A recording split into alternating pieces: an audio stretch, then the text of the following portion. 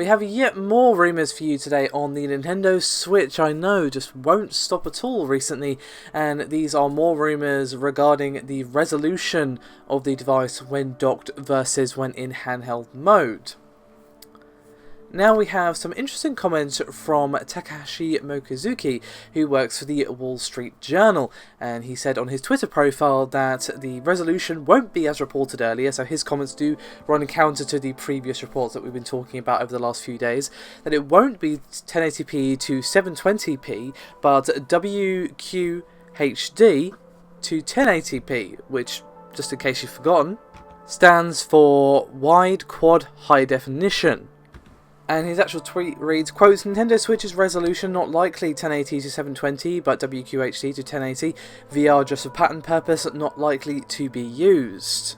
And of course he's referring to those patent leaks that happened a little while ago in which a head-mountable device was included in the patents. It's probably just so they have it and they're not actually intending to use it, which does make sense if the specs of the device are accurate. Now he has some more comments about the Switch which are not related to the resolution that I just want to touch on here, as he also talked about how the Switch will use DisplayPort over USB-C, as that's according to the Ace Research Institute analyst Yasuda. And Takahashi says, quote, Nintendo Switch uses DisplayPort over USB-C, internal bus speed at 5GB per second, faster than 3DS's 128 megabits per second. Now, he is definitely a reliable source, but of course we should take this with a pinch of salt, not only because of course it does run counter to previous reports, but also because, well, we just don't know for sure what exactly is going on with the Switch until the official reveal, so we should take all reports with a rather large helping of salt. And we also have a bit of an update thanks to the insider Emily Rogers, who makes an interesting claim that there'll be upscaling on the device, and she reads, quote, now, portable mode is 720p to conserve battery life, console mode upscales to higher resolution, 1080p 4K.